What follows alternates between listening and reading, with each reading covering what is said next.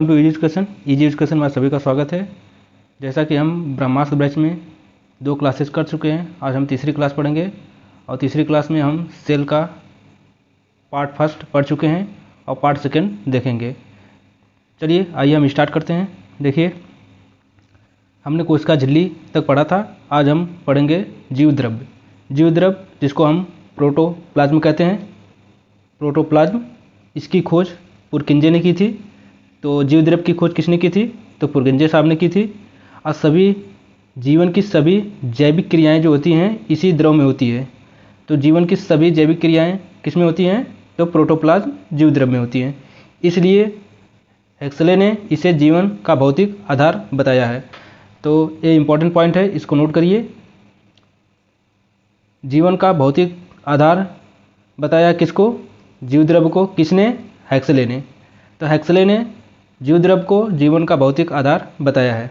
और ये बनता किससे है? देखिए, कोशिका द्रव्य और केंद्रिका द्रव ये दोनों मिलकर जीव द्रव्य बनाते हैं। साइटोप्लाज्म और न्यूक्लियोप्लाज्म मिलके प्रोटोप्लाज्म बनाते हैं।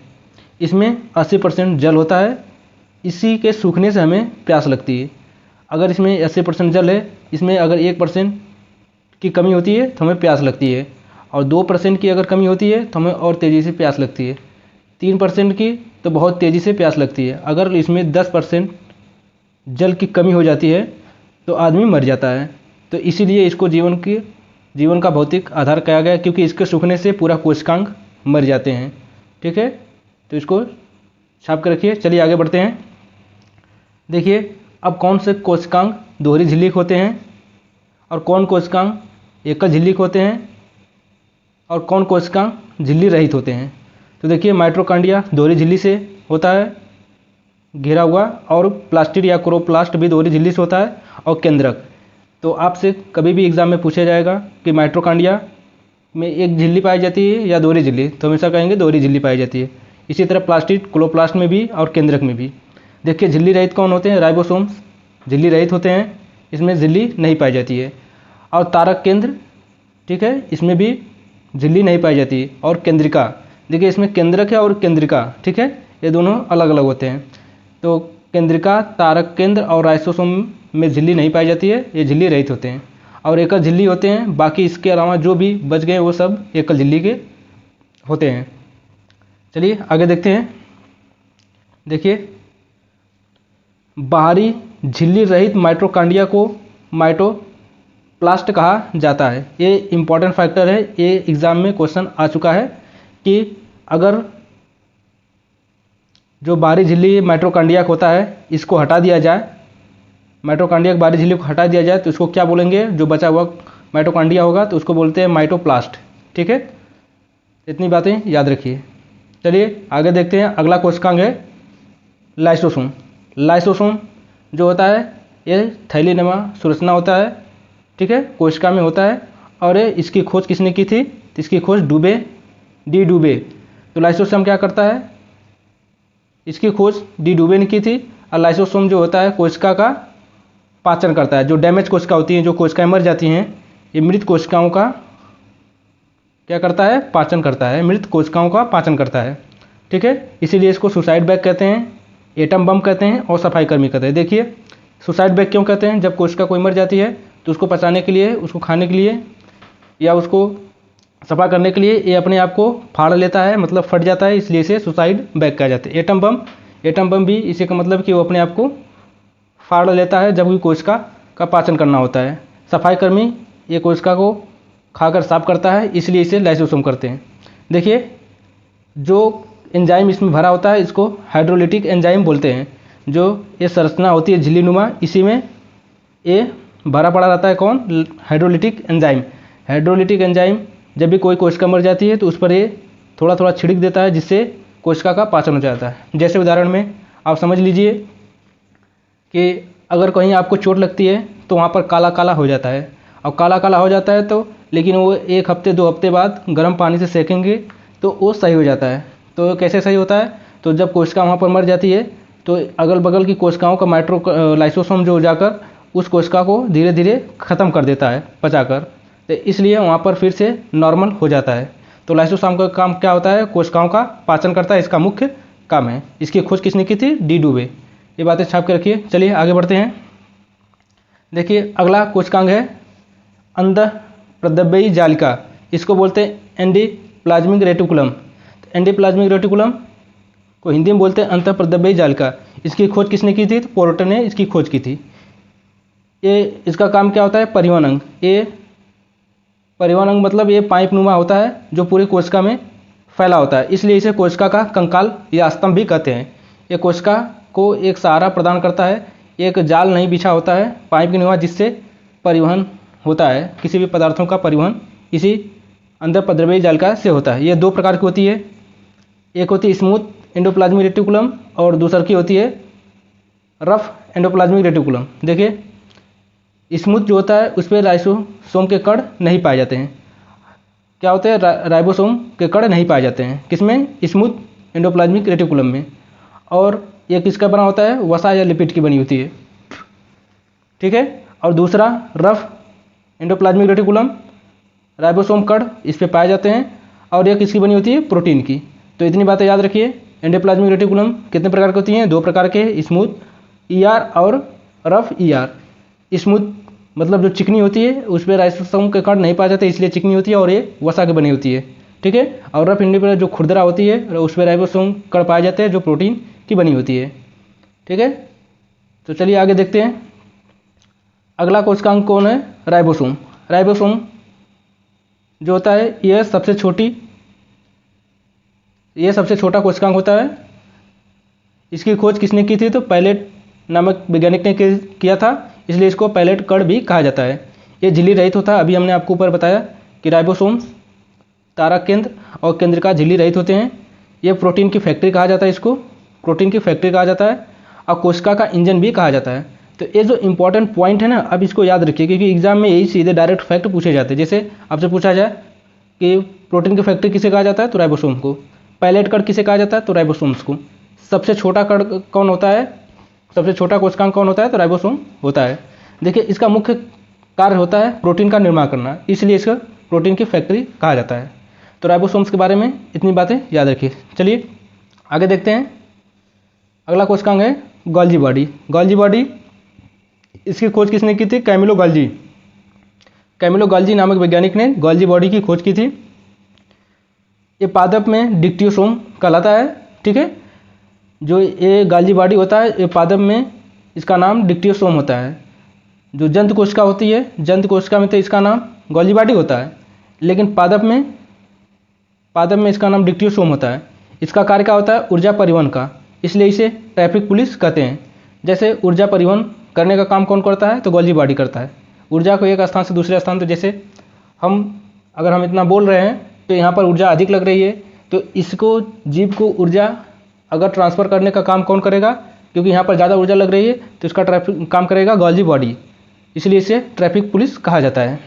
चलिए आगे बढ़ते हैं। अगला कोशिकांग है तारक का, जिसको बोलते हैं सेंट्रोसोम, ठीक है। इसकी खोज किसने की थी, तो बाबेरी साहब ने की थी। तो तारका की खोज, सेंट्रोसोम की खोज बाबेरी ने की थी। ये उपस्थित कहाँ होता है, केवल जंतु कोशिका में होता है, पादप कोशिका में नहीं पाया जाता है। तो पादप कोशिका में नहीं पाया जाता है, केवल जंतु कोशिका में पाया जाता है। कार्य क्या होता है, कोशिका विभाजन। जब कोशिका का विभाजन होता है, सेल डिवीजन, तो इसमें तारका का भूमिका होती है, ठीक है। आकृति कैसी होती है, इसकी बेलनाकार आकृति होती है। ये सिलेंडर टाइप होता है, ठीक है, ये सिलेंडर टाइप होता है। ये यकृत में सबसे ज़्यादा एक्टिव रहता है, इसलिए आप देखते हैं रीजनरेशन पावर यकृत में सबसे ज़्यादा होता है। तो ये रीजनरेशन पावर सबसे ज़्यादा किस में होता है, किस अंग में, तो यकृत में होता है, क्योंकि इसमें तारक या सेंट्रोसोम अधिक पाया जाता है। देखिए छिपकली की पूँछ जब कट जाती है तो पुनः निकल जाती है, क्यों, क्योंकि इसमें तारक का अधिक होता है। इसी तरह चूहे की पूँछ कट जाती है, वो भी रीजनरेट हो जाता है, इसके माध्यम से, सेंट्रोसोम के माध्यम से। देखिए ब्रेन में तारक का नहीं पाया जाता है, इसलिए ब्रेन में जो जब चोट लगती है तो रीजनरेशन नहीं हो पाता है, तो ब्लड जम जाता है, इसलिए उसको वहाँ पर ट्यूमर हो जाता है और वो आदमी मर जाता है। तो इसीलिए ब्रेन में चोट लगने से आदमी जो है मर जाता है, क्यों, क्योंकि उसमें तारक का नहीं होता है, कोशिकाएं नहीं बन पाती, सेल डिवीजन नहीं हो पाता है, इसलिए व्यक्ति मर जाता है, ठीक है। इतनी बातें आप याद रखिए। चलिए आगे देखते हैं। अगला है लवक जिसको प्लास्टिड बोलते हैं। देखिए लवक प्लास्टिड ये 3 प्रकार के होते हैं, अवर्णी लवक, वर्णी लवक, हरित लवक। अवर्णी लवक को ल्यूकोप्लास्ट बोलते हैं। देखिए ल्यूको कहीं है तो इसका मतलब होता है सफ़ेद, या सफ़ेद का मतलब कोई कलर नहीं, ठीक है। वर्णी लवक को क्रोमोप्लास्ट वर्णी लवक, क्लोरोप्लास्ट हली लवक। तो अवर्णी लवक क्या होते हैं? देखिए जो अवर्णी लवक क्या करते हैं, खाद्य संचयन, जो खाद्य संचयन का कार्य करते हैं, पादप में मंड के रूप में करते हैं, जंतु में ग्लाइकोजन के रूप में करते हैं। और ये जो खाद्य संचयन होता है, ठीक है, ये सफ़ेद चीज़ जो जैसे गेहूँ देखिए आप इसको उसका पिसाते हैं तो वो सफ़ेद होता है, इसलिए इसे ल्यूकोप्लास्ट कहते हैं। ये सफ़ेद के रूप में भोज्य पदार्थों को संग्रहित करता है। तो जैसे अनाज गेहूँ हो गया, ठीक है। फल, जड़ और तना, फल में, जड़ में और तना में इसका जो है खाद्य संचयन होता है अवर्णी लवक द्वारा। तो आपको इतना याद रखना है कि अवर्णी लवक का कार्य क्या होता है, खाद्य संचयन में, पादप में मंड के रूप में, जंतु में ग्लाइकोजन के रूप में, ठीक है। इतनी बातें आपको याद रखनी है। अब आते हैं वर्णी लवक। वर्णी लवक में क्रोमोप्लास्ट ये क्या करता है, ये रंग प्रदान करता है। वो वर्णी मतलब रंग हुई होता है, तो रंग मतलब, ठीक है, ये रंग प्रदान करता है। जैसे फलों का पीला रंग जेंथोफिल के कारण होता है, टमाटर का लाल रंग लाइकोपेन के कारण होता है, गाजर में बीटा कैरोन, गाजर का नारंगी रंग जो होता है बीटा कैरोटीन के नाम के कारण होता है। अब पीलिया बिलरुबिन के कारण होता है। और मूत्र का पीला रंग जो होता है ये यूरोक्रोम के कारण होता है। किसके कारण होता है? यूरोक्रोम के कारण, ठीक है। अब आते हैं हरित लवक। हरित लवक में देखिए आपको इसका कार्य क्या होता है, ये भोजन निर्माण का कार्य करता है। किसमें? प्रकाश संश्लेषण की क्रिया में। और इसमें मुख्य तत्व कौन होता है? तो मैग्नीशियम। तो प्रकाश संश्लेषण की क्रिया में आवश्यक तत्व कौन होता है? तो मैग्नीशियम। ये इंपॉर्टेंट बात है, इसको याद रखिए। मैग्नीशियम जो होता है,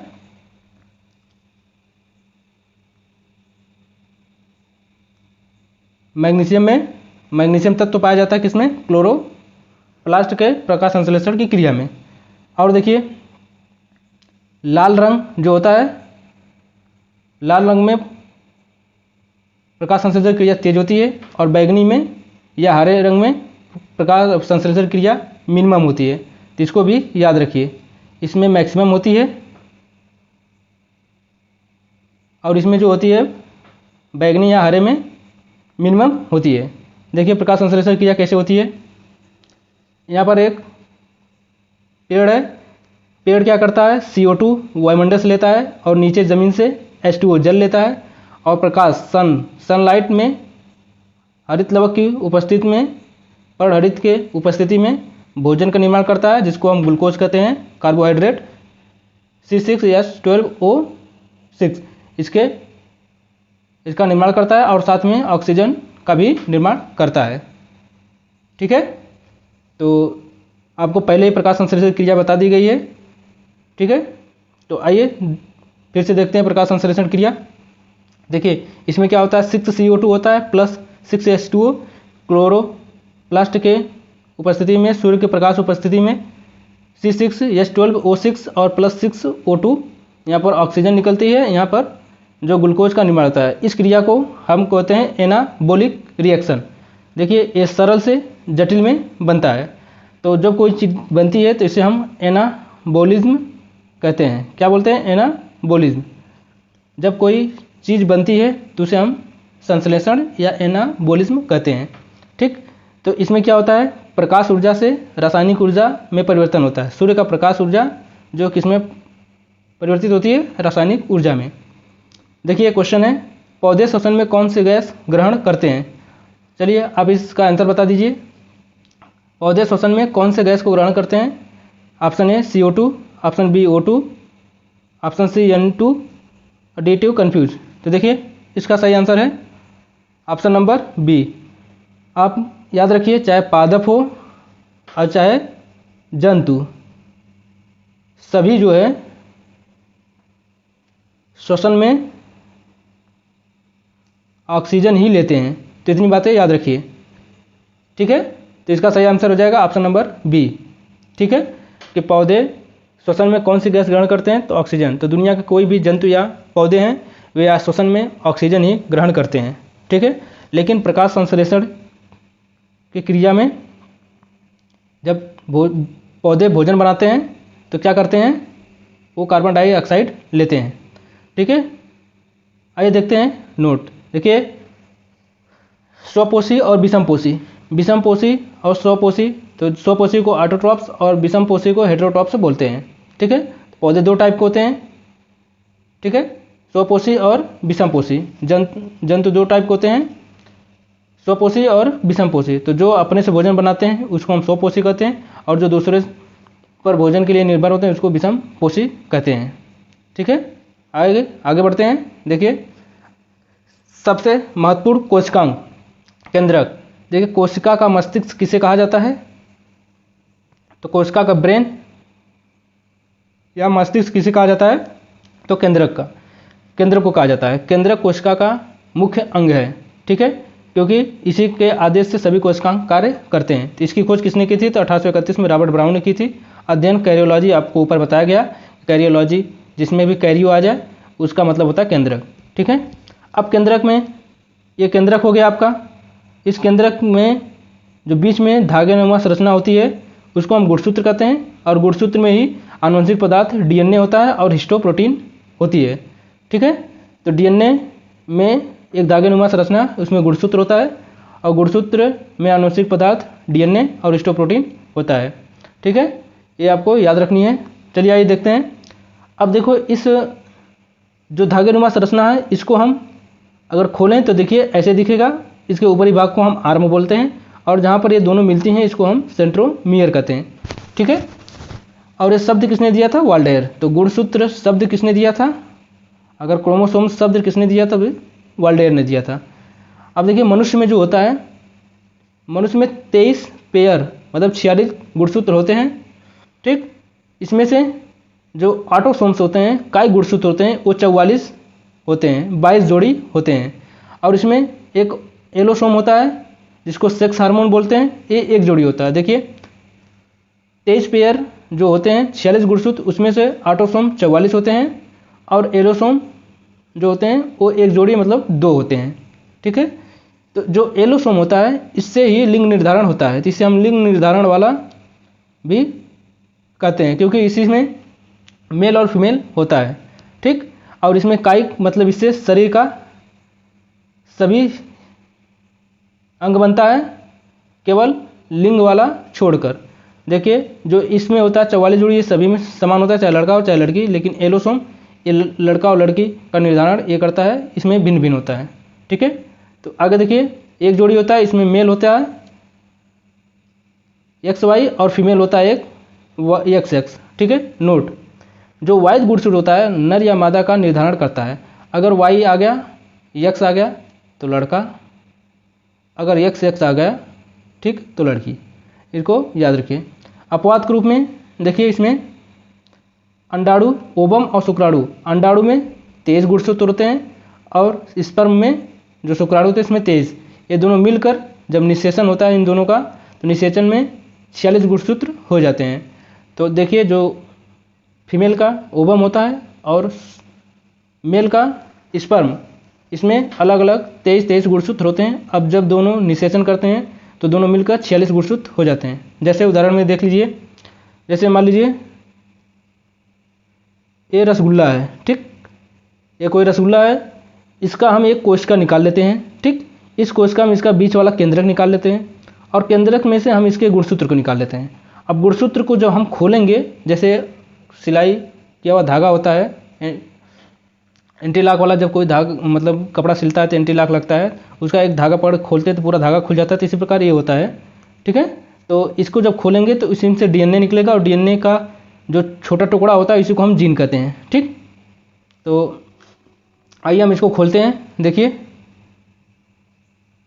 जब हम इसको खोलते हैं धागेनुमा संरचना को ऐसे ऐसे, तो यहाँ पर ऐसे देखिए ऐसी संरचना प्राप्त होती है। ठीक है, कैसी संरचना प्राप्त हुई, ऐसे जैसे आप दिख रहे हैं ऐसी संरचना प्राप्त होती है। तो इस वाले भाग को हम DNA बोलेंगे, और इसमें जो होता है इसके एक भाग को हम जीन बोलेंगे। और इस भाग में जो ये आप देख रहे हैं बीच बीच में लाइन, इसमें एक भाग में 10 लाइनें होती हैं, जिसको हम न्यूक्लियोटाइड बोलते हैं।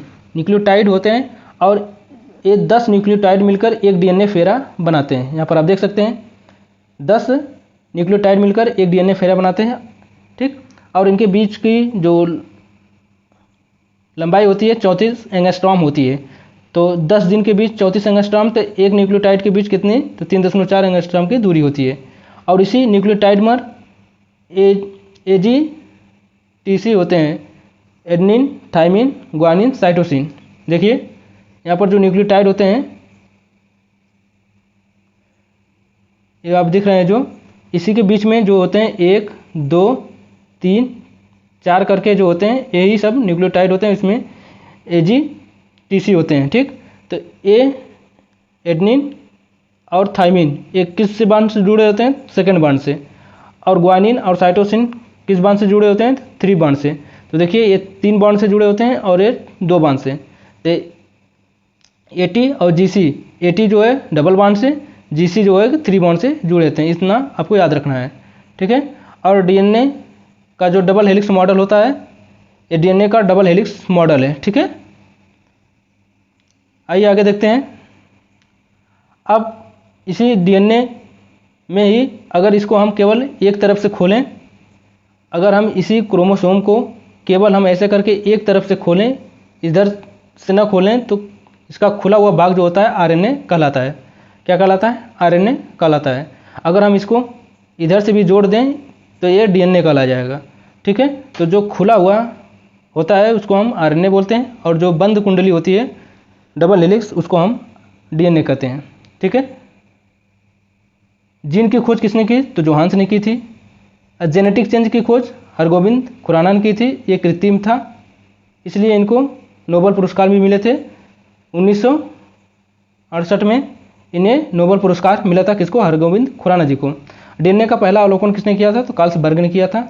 और DNA का डबल हेलिक्स मॉडल किसने दिया था, तो वाटसन एंड क्रिक ने दिया था। किसने दिया था, वाटसन एवं क्रिक ने।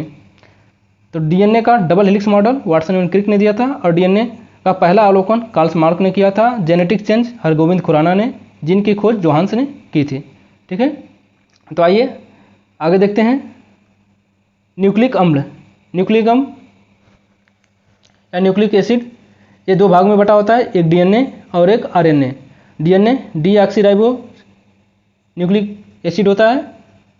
ये अधिकांश जीवों में आनुवंशिक पदार्थ के रूप में होता है। तो DNA का फुल फॉर्म क्या होता है, डीऑक्सीराइबोज न्यूक्लिक अम्ल। अधिकांश जीवों में आनुवंशिक पदार्थ होता है। और जो RNA होता है इसे राइबोज न्यूक्लिक एसिड बोलते हैं। ये रेट्रोवायरस, मतलब ये वायरस में अधिकतर करके पाया जाता है, इसलिए वायरस जो कि बहुत तेज़ी से फैलते हैं और अपना वृद्धि करते हैं, क्योंकि इसमें कॉम्प्लेक्स नहीं होता है, ये खुला खुला होता है, ठीक है। इसलिए इसका वृद्धि बहुत तेज़ी से होता है, ठीक है। अब आगे देखते हैं। हमने देखा कि न्यूक्लिक अम्ल कितने प्रकार के होते हैं, 2 प्रकार के होते हैं, DNA और RNA, ठीक। आइए आगे देखते हैं। देखिए आप इसको हम डिटेल से देखते हैं। पॉलीन्यूक्लियोटाइड, पॉलीन्यूक्लियोटाइड के अंदर आते हैं एक न्यूक्लियोसाइड और एक फास्फेट, जिसको हम तत्व बोलते हैं, ठीक है। इसको हम N से प्रदर्शित करते हैं, इसको हम P से। तो पॉलीन्यूक्लियोटाइड जो होता है इसमें 2 न्यूक्लियोटाइड होता है, न्यूक्लियोसाइड होता है और फास्फेट होता है, ठीक। और न्यूक्लियोसाइड में शुगर यस होता है और नाइट्रोजन बेस N2 होता है, ठीक, N2। देखिए शुगर में 2 शुगर होती है, एक डीऑक्सीराइबोज शुगर जिसको DNA बोलते हैं, और दूसरा का राइबोज शुगर जिसको RNA बोलते हैं, ठीक है। तो शुगर में कौन 2 शुगर होती है, DNA और RNA। देखिए नाइट्रोजन बेस कौन कौन सा होता है, इसमें एक प्यूरिन होती है, एक पैराडिमिन होती है, ठीक है। प्यूरिन में AG होता है और पैराडिमिन में TC होता है, ठीक। ये तो DNA में होता है, ठीक है। अगर T की जगह U कर दिया जाए तो ये RNA में हो जाता है, यूरेसिल। अगर थाइमिन की जगह हम यूरेसिल कर देंगे तो RNA बन जाता है, और अगर हम T लिख दें तो DNA बन जाता है। तो आपको इतनी बातें याद रखनी है। देखिए आपसे एक क्वेश्चन पूछ सकता है, क्या क्वेश्चन पूछेगा कि न्यूक्लियोटाइड में क्या नहीं पाया जाता है, न्यूक्लियोटाइड में क्या नहीं पाया जाता है। तो यहाँ देगा ऑप्शन N P S। देखिए नाइट्रोजन बेस, फास्फेट और शुगर, इसको बोलते हैं न्यूक्लियोसाइड, फास्फेट और शुगर। ठीक, तो अब देख लीजिए ऊपर फास्फेट जो अलग होता है, फास्फेट नहीं पाया जाता है, तो केवल क्या पाया जाता है, नाइट्रोजन और शुगर जो डीएनए आरएनए होता है वो पाया जाता है। तो आपको इतनी बातें याद रखना है। अब इसी तरह रिवीजन करिए। अगर ये वीडियो आपको पसंद आ रही है तो हमारे वीडियो को लाइक कीजिए, हमारे चैनल को शेयर कीजिए। मिलेंगे नेक्स्ट वीडियो में, तब तक के लिए जय हिंद।